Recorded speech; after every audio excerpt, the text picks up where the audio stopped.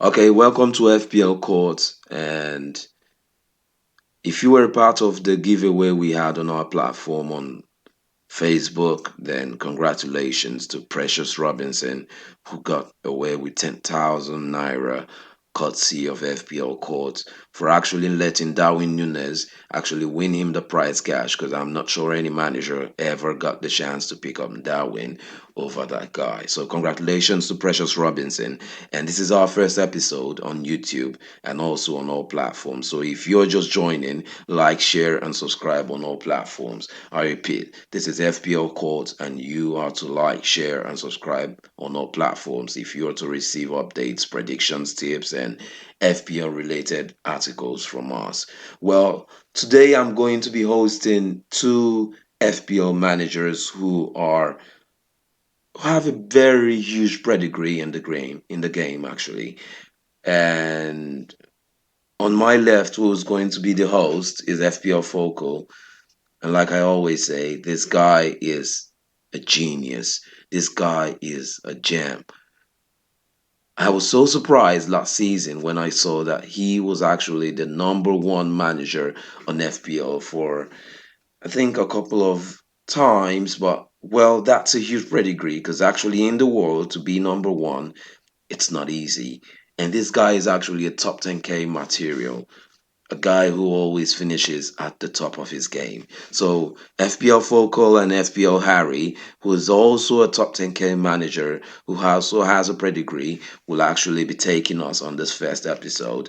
And as they tell us what their team selection looks like, who to pick, who to avoid, what you think of Erling Haaland coming into the Premier League, and they will also have to tell us what their team selections are, so we can also use that as a guide to understand which players to pick and which players not to pick. Because these guys are very, very talented. These guys are really experienced in the game of FPL. And they are people you would like to listen to. So as you listen to them, I will have to remind you to follow our channel to get more updates because it's FPL Core. And what the channel is all about is simple. We bring on managers with pedigree to come and tell us what they feel like for the game week, after the game week, and also what their team selection looks like. Because this can guide you to also finishing in a very top position than the previous season you played the game. So I'll introduce you to these managers. So listen and don't forget to like, share, and subscribe. Hi, this is Fplfocal from YouTube. You may not be aware, but I now convert all my videos into podcasts. You can find all the podcast links at linktree.com/fplfocal. That's linktree.com/fplfocal. And we're live. Welcome back for another stream. It's a very special stream today. It's been a few weeks since the last stream. In fact, the last stream we did was on the day FPL launched, but it's a very special stream today because we have a guest for the first time ever. FPL Harry joins us to talk FPL. We're also going to talk about form players, pre-season results, Kane v Haaland, and lots more. So welcome to the stream, Harry. How you doing, mate? And let me unmute you as well, and then ask you again how you're doing. Or you might have to unmute yourself, mate. Oh yeah, I am. Sorry about that. No, I think I muted you while we were doing the warm up because I was worried that if you said anything, it's going to come through when it's doing the 3-minute countdown.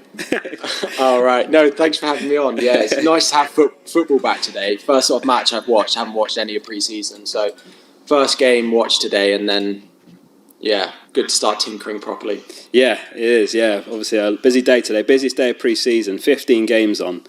In fact, there's still a few games on right now. Interestingly, the Tottenham lineup is out, which we'll talk about in a little bit.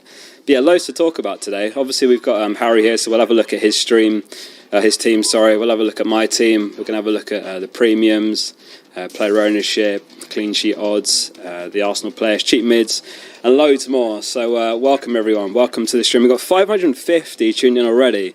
Unbelievable turnout. Thank you all for being here for this stream.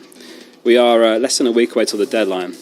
So maybe, where should we start? Should we start with your team, Harry? I think I want to pick your brain with your team because you've got some... it's a great team and you've picked a few players different to mine as well, which I like because there's a lot more to talk about. Notably, you've gone Haaland and I'm on Kane at the moment. Talk us through your team, Harry. Yeah, so Ramsdale in goal.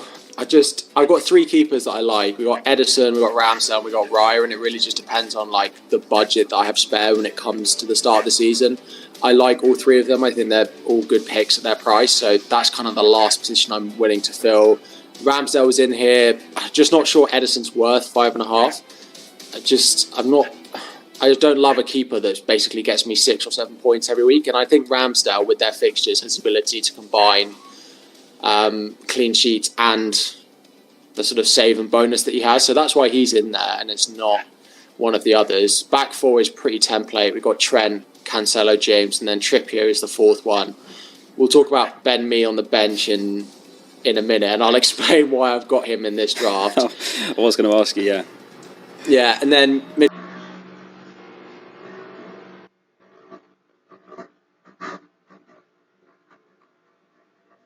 midfield, Salah, Diaz, and then we've got Neto. Again, highly owned picks here. After the Arsenal game, I've put Martinelli in here, again, to go alongside Jesus, because if you only have Jesus, you're basically going to gain nothing at the start of the season.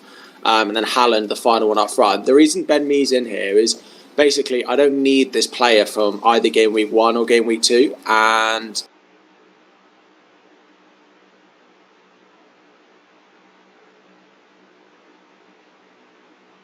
then if you look from game week 3 onwards, Brentford are like top of the fixture ticker until I play my wild card. So he's quite there just to come in and come off the bench if I need. It might be like Rico Henry or something, but they played a back four today, which makes me think that their wing backs won't be quite as effective, which is why he's in there. It could be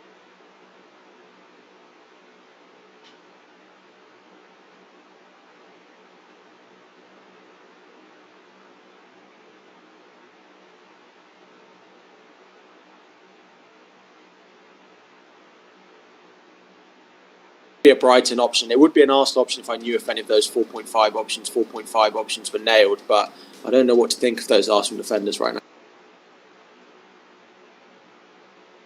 now. So as I thinking here, game week 3 and 5, Trippier's going to drop to the bench, and you've got me for Fulham and Palace away. Yeah, exactly. And then maybe game week 3 is Neto against Spurs away, and a lot of us will be looking at. But then I've got Pereira, who will have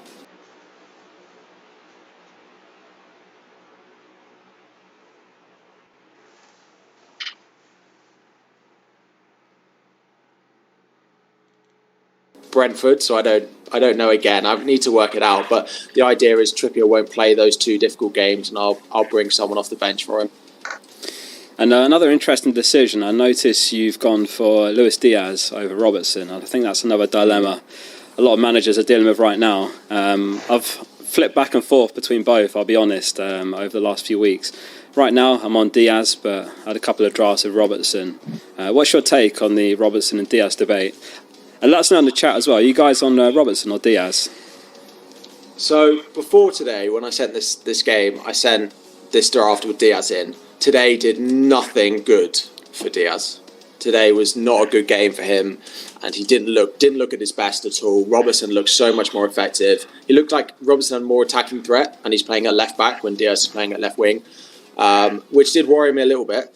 So I could, for example, do Diaz and Ben Mee to Robertson and like Leon Bailey, for example, which seems like it would make a lot of sense.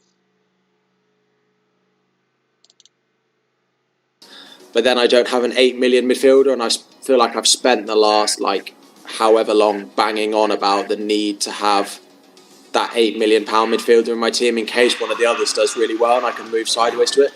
In theory, I prefer Robertson over Diaz, but I don't know if I want to get rid of that price point in my team. Does that make sense? Makes perfect sense, yeah. And just reading the chat, they're very divided. I was asking them Robertson or Diaz, and it honestly looks about 50-50 at the moment.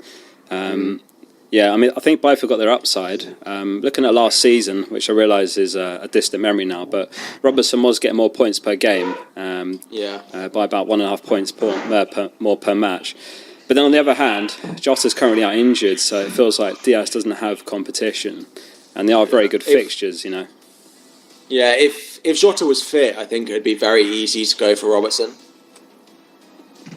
Yeah, I agree. Yeah, but it's a very template front six, like you say. You're absolutely riding the template there. Is that the plan? Are you going to just kind of ride the template and then look for opportunities further down the line? Because, the template's strong, let's be honest. Maybe we don't need to get clever in the opening weeks. Yeah, but I did a video on, when was it? Yesterday's, which was about the template and how I'd break it. And there are a couple of places that I've tried to do my best. Spurs, Perisic is still in it, and Mendy and goal is still in it, and then Martinelli's not quite there. Apart from that, this is it. I just don't see where I change it. The only real thing I want to change is Diaz. But apart from that, I just don't really see any of the other picks going without. The only thing is that Chelsea defence. A little bit worried about us for the start of the season.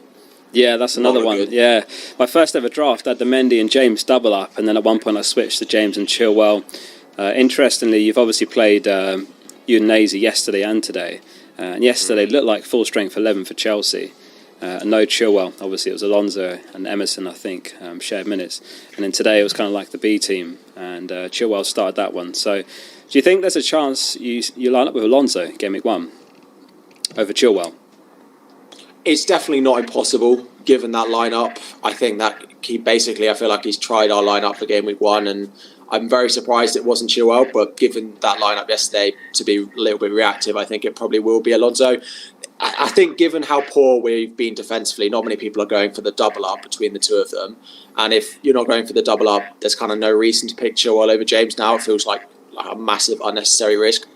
So it just makes Chilwell a bit of a dead option for me, unless you are going for the double up. But I wouldn't do it after the match last night. And obviously, speaking of double ups, I've been quite bullish on the Man City double up. Obviously, last season, top in the league for expected goals conceded, and I expect that will continue. So I've had the City double up in most of my drafts, but I look at the Community Shield today. It only finished about half an hour ago or so, and City is so light in defence. They've got Laporte out till September. They've really just got Cancelo and Walker in fullback. Stones was really the only option off the bench in terms of defence. I wonder whether they're going to be a bit stretched, and it could be a problem, and whether doubling up is a bit overkill. And I notice you've just got the one here, so what do you think? Yeah.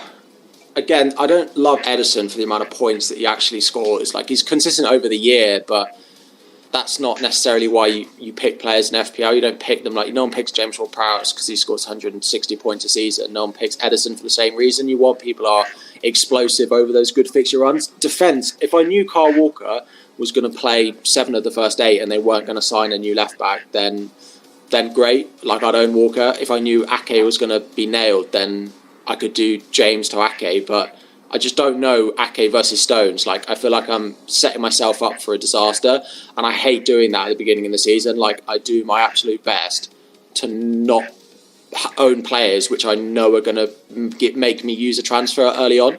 So Diaz and Stones and Ake are just those types of players that are just going to make me want to transfer them out because it's going to be one of them starting then the other one.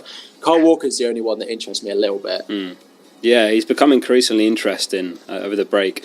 I think it was early today I was reading the Cucurella deal looks like it's off. So yeah, that's certainly one less player. I don't doubt City will sign a fullback, but we're less than a week away till the season's underway. So yeah, I do wonder if Walker is actually a decent option for the opening 4 or 5, and then maybe there's a new option to switch him to down the line. Such as a Gabriel from Arsenal, Trippier once the fixtures turn, something like that. Let's talk Kane v Haaland, because this is a massive one, and I'm glad that you've picked Haaland and I've picked Kane, because we're on the different sides of the fence here. Yeah. Are you still after the Community Shield in Team Haaland? And let us know in the chat, by the way. Are you guys Team Haaland or Team Kane? I'm Team Kane, but go for it, Harry. Why are you Team Haaland? Well, my question to you is game week 2, Kane goes away to Chelsea and Haaland has Bournemouth at home.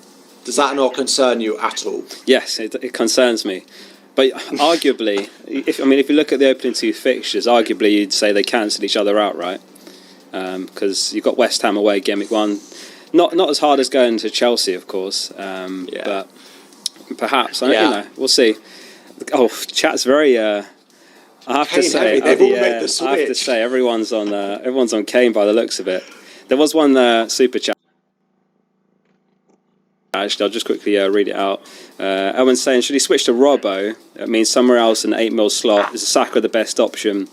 In that case, who would you put the 6 mil next to Neto as Martinelli's gone? Did you follow that?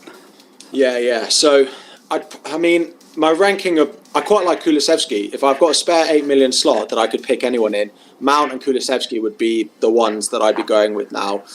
I don't love Mount as an FPL asset, and I get people telling me off for saying this, that he's got goal threat, he's consistent, etc., etc. But I probably want a piece, especially if you've got no Spurs. Yeah. I think Kulusevski's nice. I would still go Martinelli over Saka again. With Jesus, it just feels like a lot of investment, and if something goes wrong, then I'd rather have those two, especially while Smith Rowe is out. I'd probably go Kulusevski if I've got a spare slot. I don't know why he's not maybe being spoken about more. It feels like a semi-decent way to cover Spurs while not having to buy Kane or Son. Yeah, I agree. Yeah, Mount's impressed me as well. He's had a good pre-season. We'll have a look at some of the pre-season stats later. I've prepared a few graphics for this stream, and one of them is basically the top performers in the pre-season collated into a table. And Mount's done well, and I wouldn't be at all surprised if he becomes the best of the 8 mil mids over the opening 5. But yeah, there's so many good options, and they're all at the same price points. It's interesting what they've done there. But in terms of the premiums, you really have to pick 2, I think. I think more than 2 kind of ruins your team balance. So for me, I'm on Kane and Salah. Let us know in the chat which premiums you're on. If anyone's on the one, is that what we're calling it? The one-ium? The one-ium and the threemium. I think it's been coined. Exactly. I'm on the 2-mium, the 2 premiums. So Kane and Salah for me. I think if you're going Salah-less, you're getting a bit creative. I was listening to FPL Black Box with Mark and Az a day or 2 ago, and Mark is going both Salah-less and Haaland-less, which is incredibly bold. So he's going Son and Kane. He's doubled up on both, which is a big shout. But I've seen Mark do it. I don't know whether he'll get cold feet come game week 1. I just feel like that is crazy. We'll see. He's going to be at Fantasy Football Fest, obviously, as we will as well. So I'm going to ask him. I'll put him to one side, and I need to check whether you're serious or not, whether that was a joke. But we'll have to see. Should we take a look at my team as well? And I'll just show you where I am with my team. I did post a team selection video early today, but I've already made one change, so I'll talk about that. The change I basically made was in midfield. I had 1 mil to spare. I had Neto and Bailey, and I was wondering what to do with that extra 1 mil. What I've done today kind of sealed it for me. Martinelli, really impressive again today. 6-0, Arsenal beat Sevilla. Comfortable win. 2 goals for Jesus, 2 goals for Saka. Martinelli, really impressive as well, I thought. Zinchenko, I think he's going to be a popular asset, but I do think Gabriel's going to be the better between the two, as tempting as Zinchenko is. He wasn't really involved in the attack, didn't really create chances, he wasn't whipping crosses in. He was playing a bit deeper, and interestingly, he was actually playing centre mid at times, kind of tucking right inside, playing centre mid. So he was out of position, but I wouldn't say in a good sense. He wasn't really getting far forward, not in any position where he could potentially get an assist or anything like that. Yeah. But as it stands, I'm on the Man City double up, as I was saying earlier. I've got Edison and Cancelo. Trent obviously needs no justification. It's just whether you double up with Robertson. But I'm on Diaz as well at the moment, and I'm starting to get cold feet on Diaz as well. But we'll see. I think it's very, very close between the two who does better. And it does depend where you spend that money. But yeah, Bailey's the one, right? I think he's the one that's really caught my eye. While the Community Shield was on tonight, he scored again. So it's 3 goals and 2 assists for Bailey in the pre-season, 5 goal contributions. He's been really, really impressive, and I think 5 mil is a very good price tag. And like I say, with this draft, I've left myself with the extra 0.5, so there is the option for someone like Neto, or after Gameweek 1, Everton have better fixtures, maybe Gordon, maybe McNeil. Yeah, but Neto will score a hat-trick against Leeds and you'll be priced out straight away. That's it, yeah. I'll end up making like a Monday night early move. What could go wrong? As a quick... Go on, mate, go on. Are you worried about playing Leon Bailey like every week, or are you open to playing like Williams or Andreas? Like from game week 4 onwards, their fixtures are pretty dreadful. That's my worry with him, is that I'm just booking a transfer in and I know I'm going to use it. Yeah, I don't as such mind booking a transfers if it's way down the line. Obviously, after Gameweek 4, you absolutely have to make a move to get rid of Bailey, unless your team's in a great shape where you can bench him for these three. When they've got Arsenal, City and Leicester. But like I said, I've got 0.5 at the moment, so I think there could be other 0.5 options that emerge. We'll have a look at the pre-season players later. Dewsbury Hall, for example, is also 5 mil. He's got about 3 or 4 goal contributions. There's a super chat from Victor. He said, "Have a good season, both." Great tweet by Harry with the facts after the game. I didn't see that, Harry. What did you tweet? So I've started doing these short Twitter videos, which happened to be after the game, but I did them when the price is announced, where I just talk about the game, have a few simple graphics, and just sort of a minute and a half on the game or a key talking point. Going to do game week previews during the season on it. Good idea. Might have to steal that. But he's got a question as well. He says, should he switch to Kane and Robertson for Diaz and have the door open for Núñez? Núñez looked good today. He did, yeah. He got his goal. Mm-hmm. It's funny how back and forth football fans are, right? After Núñez's debut, there's these compilations. He's washed, he's finished, and then Haaland has a difficult game tonight, missed a few chances, and then it goes the other way. What did you think about Núñez and Victor's question there, leaving the door open? As much as I thought he was a good option, it feels like a lot, 8 million, when we just don't know who's going to play. We're going to get, when Jota comes back, Firmino, Núñez looked much better, and I've not been that complimentary of him during pre-season, and he looked really good today, but I just don't think for 9 million we're going to know he's going to start consistently, especially when Jota's back fit. And Jota could be back game week 4, and it's very possible that Firmino starts one of the first 3 as well. If you're going to go with Núñez, I feel like you've got to start with him. There's no leaving the door open. I feel like that will just get closed when Jota comes back. That if you're going to try and take that punt, you've got to take it while you know Jota's out. Yeah, and it's like Joe in the chat says, 9 mil. I don't know. It's a lot to spend when you've got Diaz a mil below, you've got Robertson another mil below that. So for me, he's a wait and see. So I wouldn't do that personally to answer that question. Yeah. But what do you think of the team, though? Any suggestions, criticisms? No, I'm not.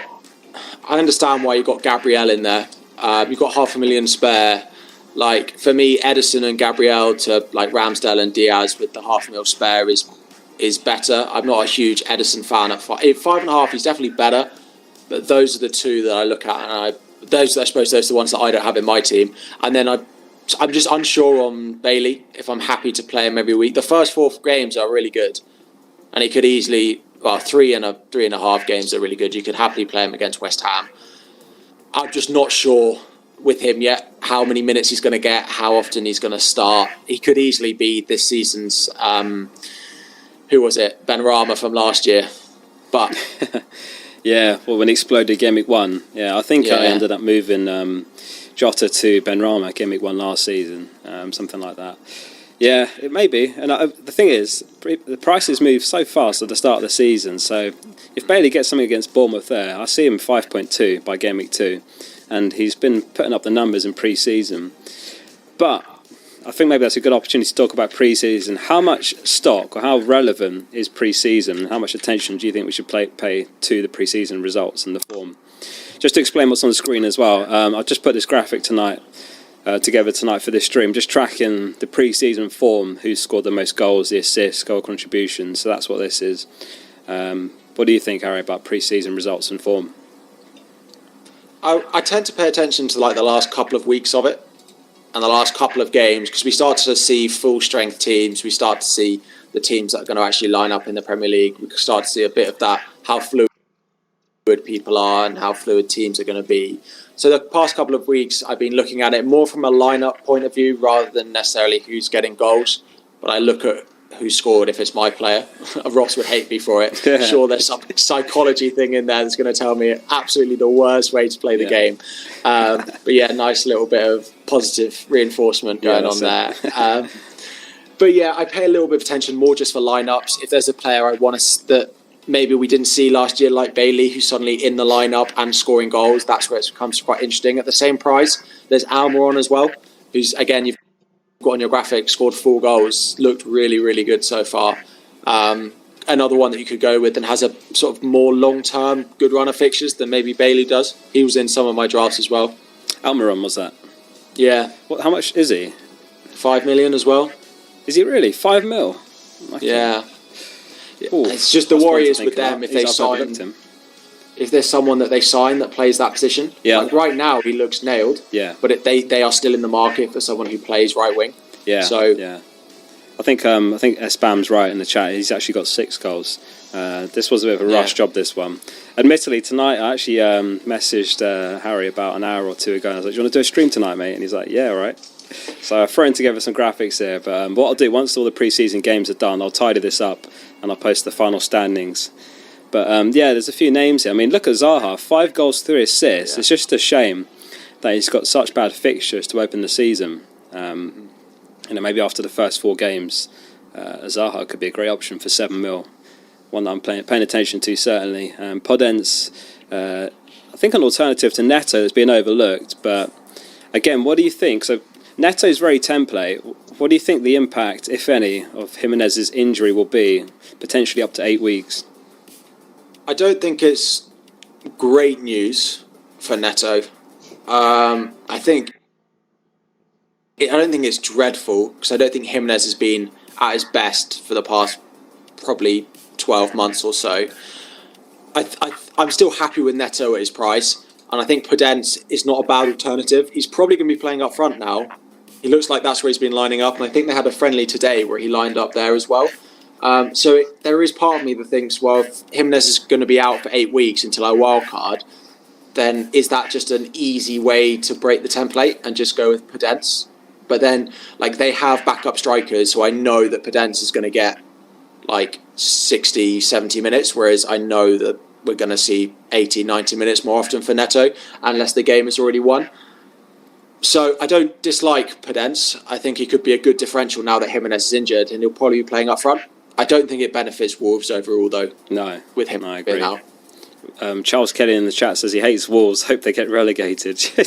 Tell us how you really feel, Charles. Jeez. Yeah, no. I was listening to Black Wolf last night on Spaces in the early hours. Mark Southerns and a few others were chatting about 1 a.m. last night, and they got Black Wolf on. Obviously, he's FPL USA, and he's a massive Wolves fan. He's been writing up great reports about them, and he said it's probably going to be a very fluid front 3. Probably Podence, Neto, and Gibbs White, and then obviously Hwang can be involved there too. But the problem with Wolves is obviously they've got no striker now. So the problem is if teams figure that out, then they're going to be found out and they might struggle for goals. And let's not forget last season they did. I'm expecting improvement, but perhaps they're going to struggle for goals like they did last season, but also as a result of really only having one system now. I'm a bit conscious of that. But their fixtures are so nice that I'm a bit I'm going to take the gamble on one of them. I think it may not go well, but their start to the season is really good. They have Spurs in game week 3, just trying to get the fixtures up. Leeds, Fulham, Newcastle, Bournemouth, Southampton in their first 6. It just feels that his prize is an easy place to take a little bit of a punt. I don't see myself moving off him really now. Yeah. Okay. So one thing I also wanted to talk to you about, on top of the subjects of the template, is at the start of the pre-season, I think everyone had Perisic in their team. Exciting new signing, expected to play left wing back, classified as a defender, and obviously his ownership slowly bled out during the pre-season. But just looking at the lineup versus Roma, they're playing right now while we're recording. And it's Doherty and Perisic starting in wing-back. Looks like Tottenham's first choice 11. Is Perisic at the last hurdle re-emerged as an option, or are you not tempted? 5.5 could come in. The only option I've got in my defence really is Reece James. He could be. It's just that Chelsea fixture in game week 2. Yeah, he could do something in game week 1, but over the first couple of games. But then it's the same for Reece James, right? Doherty at 5 million again is just equally as good. We know what he did last year as well. So I could end up going with him. I don't think it will happen when it comes to the deadline. I don't think I can see myself moving off Reece James, really, but I have not been impressed with us in pre-season. They did concede again tonight, but they've been really attacking. I haven't seen any clips, but apparently both Doherty and Perisic have been really good again. I had them to start with and moved off. You did the same, I think. I did, yeah. I was looking at Perisic for a while. Really just had the Gameweek 2, you had to rotate him around, but that was under the assumption that he's going to be getting minutes, and I do wonder